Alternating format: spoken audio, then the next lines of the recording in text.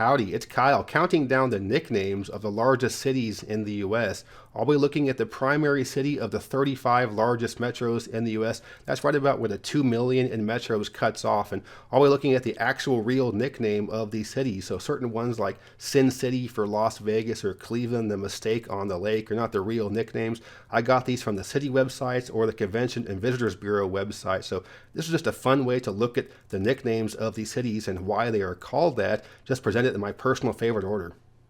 Two of the big cities in the U.S. don't have a nickname, so I'm going to start off with those. Phoenix has a tagline, Arizona's urban heart, and the metro area is referred to as the Valley of the Sun, but the city itself does not have a nickname. The other big city with no nickname is Washington. It's usually referred to as DC or the district, or sometimes DMV for DC, Maryland, Virginia, but there isn't an official nickname for Washington. Of the cities that have an official nickname, the worst is Las Vegas. The city calls itself the entertainment capital of the world, which is already a dubious claim, but usually places that call themselves the something capital of the world are a much smaller town, so for Vegas to be calling itself this, I think is not a very good nickname. Las Vegas and Orlando are my two least favorite cities, and they also have two awful nicknames. Orlando, the city beautiful? I guess it sounds better than the beautiful city, but either way, it's a very generic name and not necessarily fitting for Orlando. San Diego, America's finest city. It is a very fine city, and I think most people do like it, but to call yourself America's finest city is pretty bad. It's almost as bad as calling yourself the king of a subject on YouTube. San Francisco, the city by the bay. Which bay is that? The Bay. I think if any bay in the US can call itself the Bay, it would be Chesapeake Bay and not San Francisco. So pretty generic name, but with so many unique things about the city, for the official nickname to be City by the Bay is kind of lame. Cincinnati, the Queen City or the Queen of the West. At one point, Cincinnati was the western frontier of the U.S. as there was expansion across the West, and it was referred to as the Queen of the West, or the Queen City. Dallas, the Big D. I know Dallas is the largest city in the country that starts with D, but there are other big Ds, and I think Dallas could come up with something better than this. And also, when I was a kid back in the 80s, something you would say sarcastically to something that wasn't that big of a deal would be like, yeah, that's a real big D right there. Atlanta, the ATL. I'm not usually a big fan of cities using its airport code as its nickname, but I do believe Atlanta was the first one to do that, so that is pretty cool. I think it also helps that ATL sounds pretty good together, so many other cities using their airport code sounds pretty dumb, but ATL at least sounds alright. Sacramento, the city of trees. This goes back to the 1800s when the city was often derogatorily referred to as the city of plains. So as a result, the city planted a bunch of trees, called itself the City of Trees, and through the years there's been major tree planting programs, and to this day the city has a large tree cover throughout the town.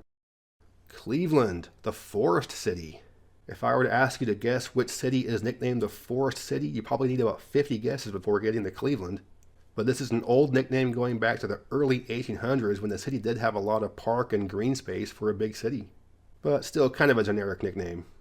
Similarly generic nickname is Raleigh, North Carolina, the city of Oaks, or Oak City. There are a bunch of cities in the country calling itself the Oak City, including my hometown, but Raleigh's nickname goes back to 1792. So Oak City is pretty generic on today's standards, but this is a really old name, and I couldn't think of any other city on this list whose nickname goes back longer than this. Austin, the live music capital of the world. Kind of like Las Vegas, I'm not huge on a big city calling itself the something capital of the world, but live music is a huge part of Austin. And even though technically it is not the live music capital of the world or even the US, it still is a huge part of Austin and a big part of its identity. Miami, the Magic City.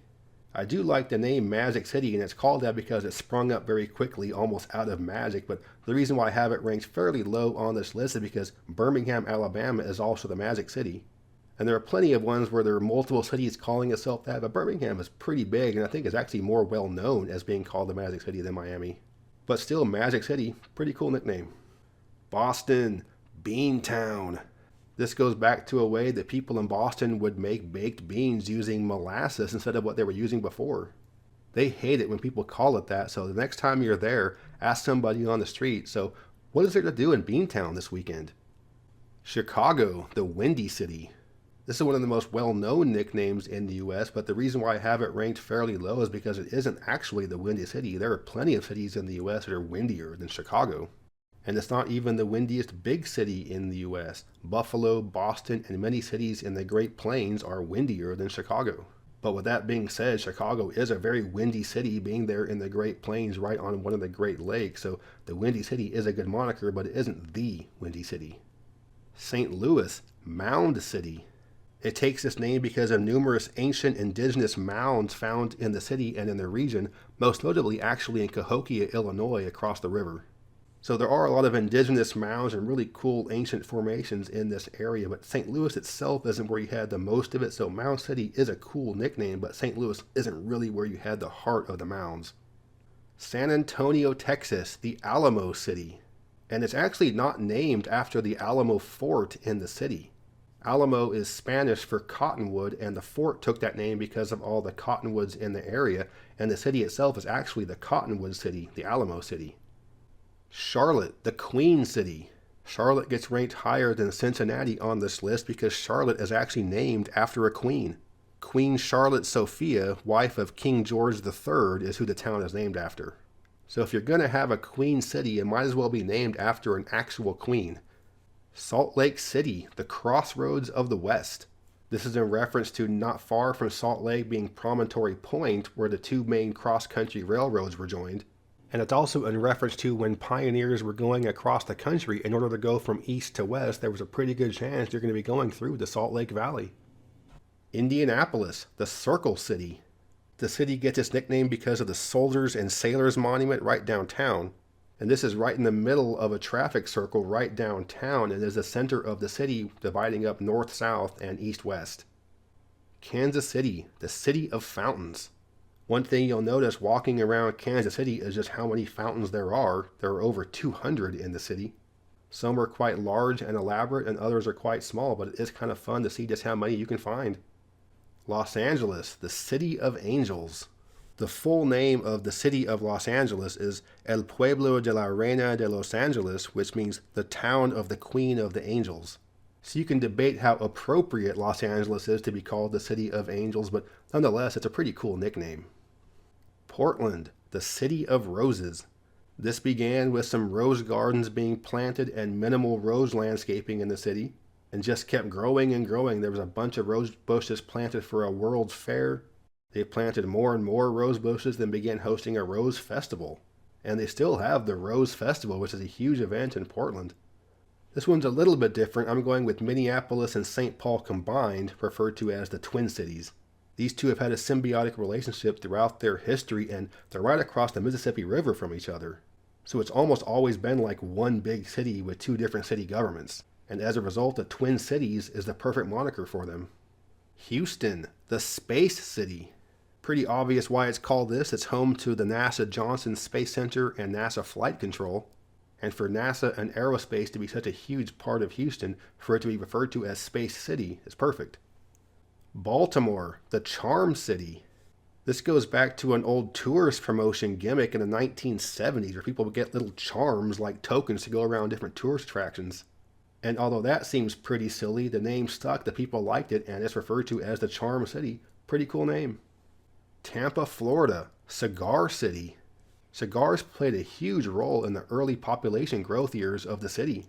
The Ybor City neighborhood is where you had a large concentration of the cigar industry in the U.S. Milwaukee, the Cream City.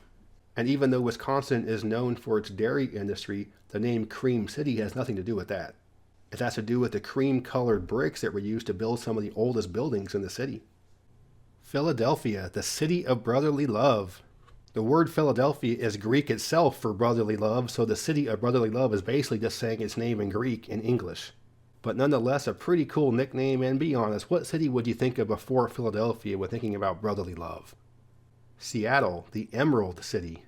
It has nothing to do with emeralds the gem, but rather the fact that the area is just so green. With so much rain in the area, you have a huge amount of tree cover and just a ton of greenery, so Emerald City is a perfect nickname. Pittsburgh, the Steel City.